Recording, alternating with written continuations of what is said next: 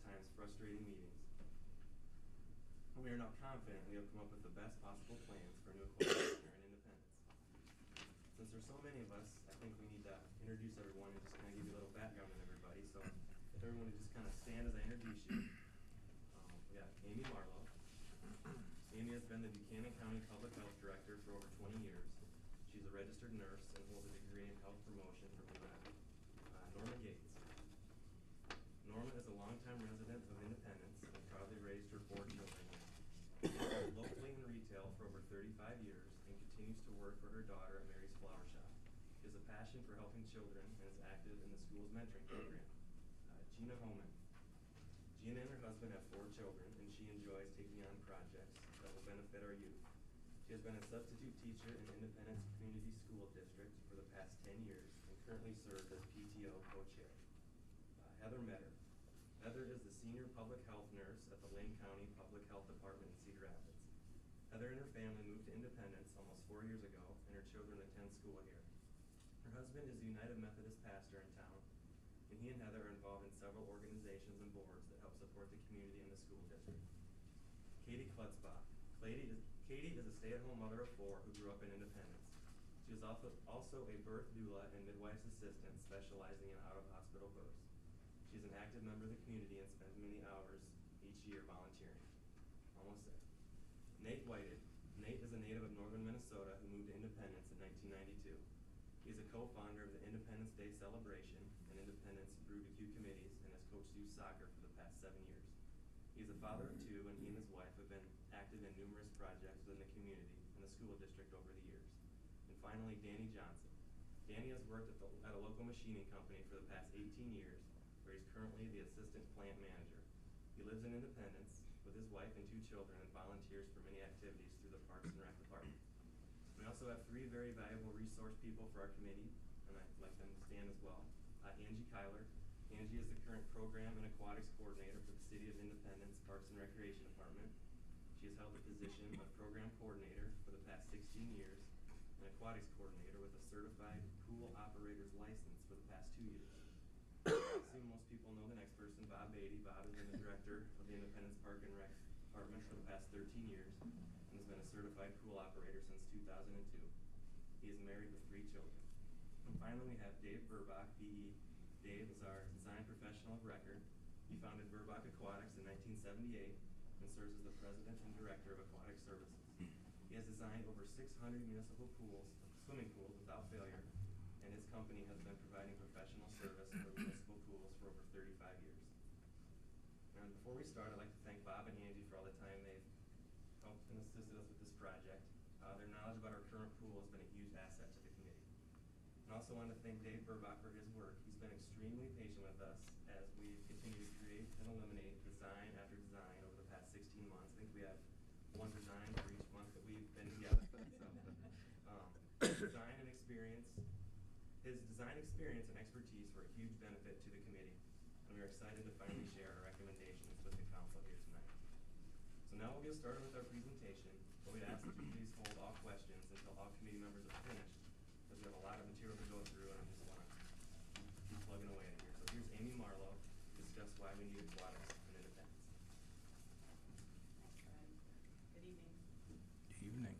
I'm usually a dancer when I speak, so I'll try to stay by the microphone, but I'm not very good at that usually.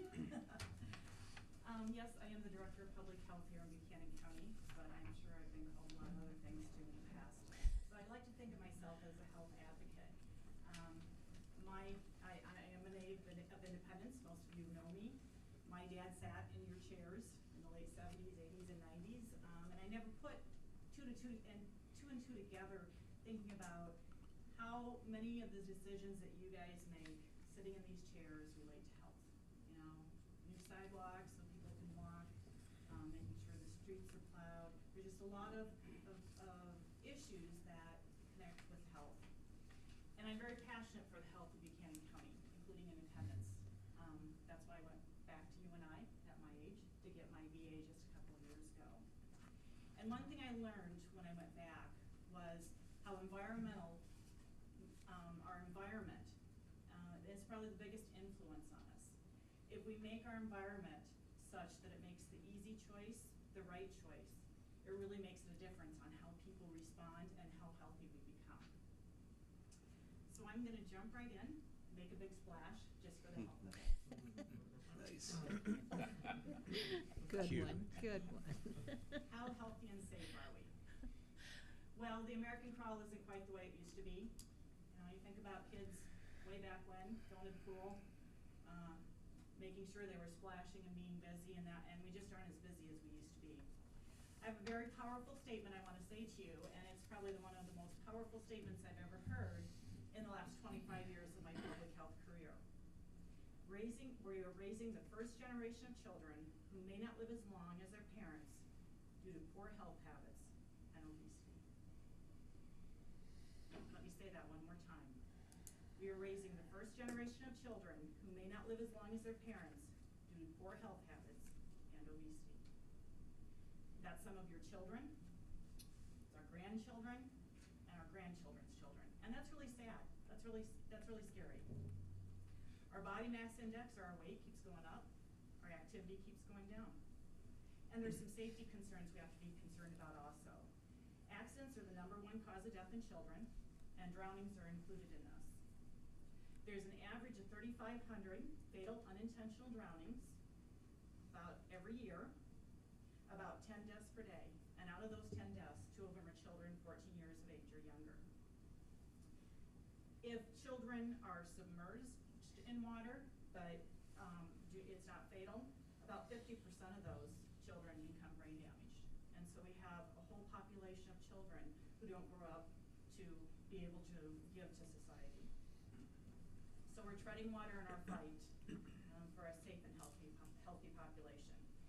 And a new aquatic center would help in this fight. Why is it important to be healthy? If you think about the worst day that you had your worst illness and you're curled up on the couch and you don't want to move, you don't want to go outside, you don't care if the roads are plowed or if the parks are mowed, it doesn't matter. Because if you don't have your health, it doesn't matter to you. You don't have the ability to get up and take care of yourself. So a healthy population equals a productive population. And we want to keep people getting up, going to work, contributing to society. The healthier we are, the more we can contribute. So our current pool facility needs a life raft. And I think you'll hear that over and over as we talk to you tonight. It's outlived its design life. It's in need of an environmental change so that we can make healthier choices. And we do have some health goals for the new aquatic center. That's, you have outcomes in everything we do anymore. You have to have a good outcome to be able to get more money for a lot of things. Steve's smiling, he understands this philosophy. We want to increase the use of the aquatic center in Independence. We want to build lifelong habits, so we just don't have the children and the teens going to the pool, but we see adults going to the pool and swimming laps or having intramurals or walking in the water. We learn appropriate social behaviors. There are consequences for running on the deck or splashing or picking fights at the pool. And we want to increase the safety. We want children and adults to learn to swim. And we want them to understand the dangers of the water. The last thing we want to do is increase the understanding of teamwork. We have a lot of students and children in our community that like to participate in swim team. I had a daughter who begged me to drive her to Cedar Falls in the wintertime to be able to participate in the swim team all year long. So we have all sorts of opportunities. So updating from the current pool to an aquatic center is part of the life raft, which will help us attain our goals to create a healthier population to grow Independence. And I think that's very important, that we want to grow Independence.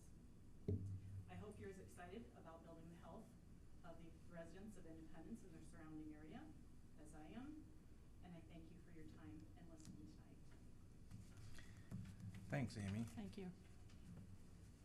Next up are Norma Gates and Gina Holman, who will discuss the history of our current facility.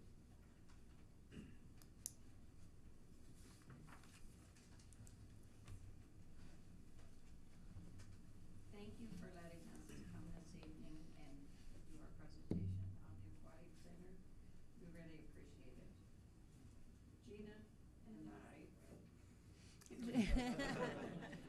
Sorry, snuck up behind you. She's so little. We're here to present some background and history on our existing pool.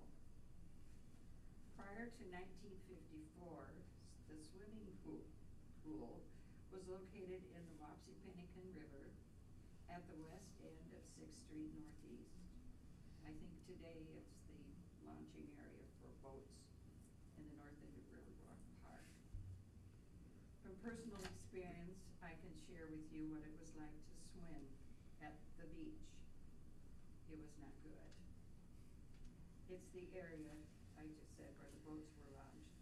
Newspaper records revealed that the Red Cross swim lessons were conducted in the river at the bathing beach for 125 children in the summer of 1952. Children were enrolled from Independence, Rowley, and Winthrop. The children's ages were 7 to 15.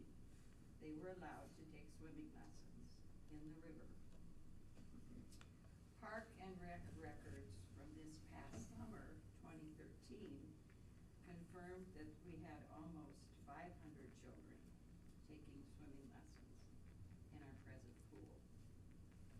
They were enrolled from age 2 to 16. In the fall of 1950, the citizens of Independence took a vote on a special election for the purpose of issuing $95,000 in bonds to build a swimming pool away from the river. There were 888 votes for the proposition, 495 against. It was a favorable vote of 64%. Shortly after the vote, Mayor Bill Armstrong and the City Council began searching for a location. One site being considered was on property that had been recently purchased from the Close Estate by the Independent School District. It was the site for the new junior high. It was known as Close's Pasture. After a brief negotiation, the school district sold the land to the city for $1. In 1952, a local contractor, Oliver Greenlee, submitted the lowest bid of $94,361.14.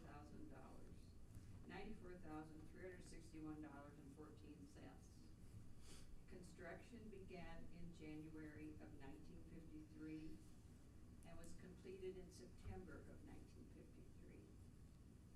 The pool opened 60 years ago on Memorial Day in 1954 with a manager, assistant manager, and 5 lifeguards. For many years, the pool served the community of Independence and its visitors well. Many children enjoyed spending their leisure time during the summer at the city pool instead of the Wapsipinicon River.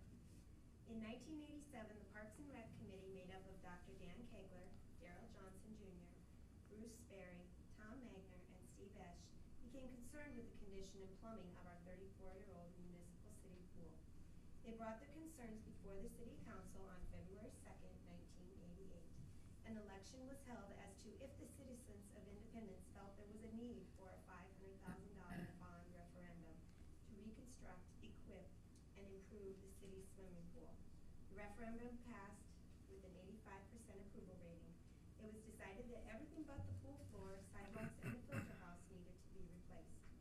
Bids were taken for the project, and in June of 1988, with a bid of $598,700, Cardinal Construction of Waterloo officially began working on improving the city pool. Since the amount of $598,700 was more than the original bond referendum had passed, and the city didn't want to see the children return to the Wapsipinicon River, they decided to borrow $125,000 from the sewer rental fund to finish the project. It was a ribbon-cutting ceremony on May 31st, 1989, and the pool opened for business on June 1st, 1989. The larger bathhouse, tubular slide, and enlarged kiddie pool with dolphin and mushroom sprinklers were enjoyed by many children that day and in the days to come. Now that our pool will be 60 years old in May of 2014, it is again in need of major repair. The average life expectancy of our pool has long passed, It has been exposed to 60 years of outdoor elements and chemicals and needs to be replaced with a pool that is large enough to accommodate the citizens of Independence and has the amenities that will serve all the members in our community. Thank you. Thanks. Now, Parks and Rec Director Bob Beatty will discuss the condition of our current facility.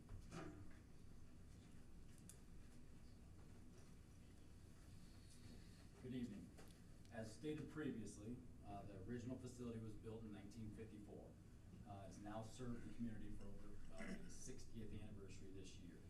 The typical life expectancy is 50 years, and it's far exceeded that lifespan. Even in the 1988-89 renovation, the pool shell, the main vessel, was virtually untouched. So we're talking 60 years in the bottom of that pool. In the last decade, the pool has been maintained and continued to exceed the design life with the following maintenance and upgrades. Some of the repairs were general maintenance, but most of them were mandatory just to remain open. $12,000 worth of piping in the pump house that were falling apart and leaking. The main pump was replaced. The slide pump impellers and seals have been replaced. The plunge pool pump was replaced twice. The main pool heater's been replaced. Both slide heaters have been replaced. We've got a new chlorinator. Restroom partitions both in the men's and women's locker room were replaced. Acid pumps have been replaced twice. Chairlift has been added. ADA railing has been added. Lane lines have been replaced. The main drain covers for the 3 in the main pool, 1 in the kiddie pool, and 1 in the slide plunge pool. Water line for the chairlift. Windows in the pump house. Low diving board has been replaced. And the main pool vessel has been caulked and painted twice in the last decade. Like I said, most of those are, some of those are routine maintenance, but most of them were repairs that we had to make just to remain open. Even with the upgrades, the pool remains in dire condition in the following areas.